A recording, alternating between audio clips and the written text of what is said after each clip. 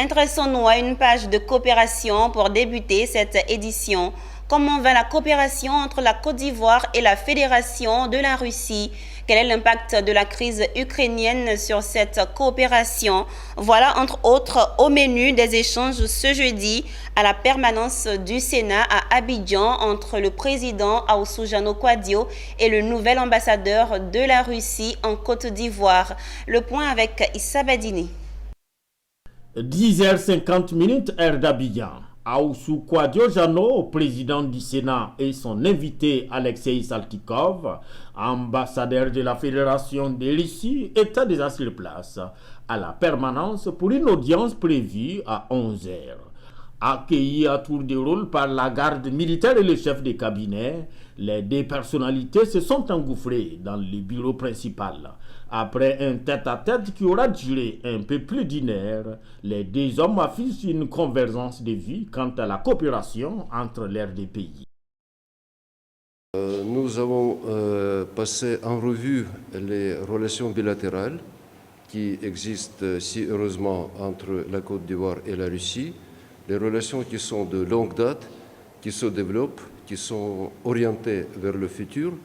J'ai écouté les conseils du président en ce qui concerne les voies et moyens pour développer davantage les relations. Je voulais remercier son Excellence, Monsieur l'ambassadeur de Russie en Côte d'Ivoire. J'avais été invité en 2019 à un sommet parlementaire afro-russe à Moscou, du 1er au 3 juillet. C'était la première fois où je découvrais ce pays continent. Au cours des échanges, le premier responsable du Sénat est revenu sur la situation internationale dominée par la crise russo-ukrainienne. Et sur la question, Aoussoujano a insisté sur la nécessité d'un retour à la paix. L'ambassadeur a lancé verbalement une invitation pour 2023, juillet 2023.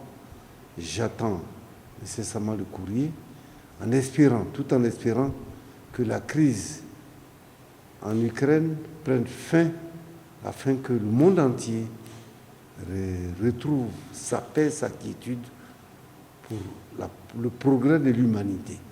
Avec cet entretien, les diplomates russes entrent de plus en plus de plein pied dans ces nouvelles fonctions d'ambassadeur de la Fédération de Russie en Côte d'Ivoire.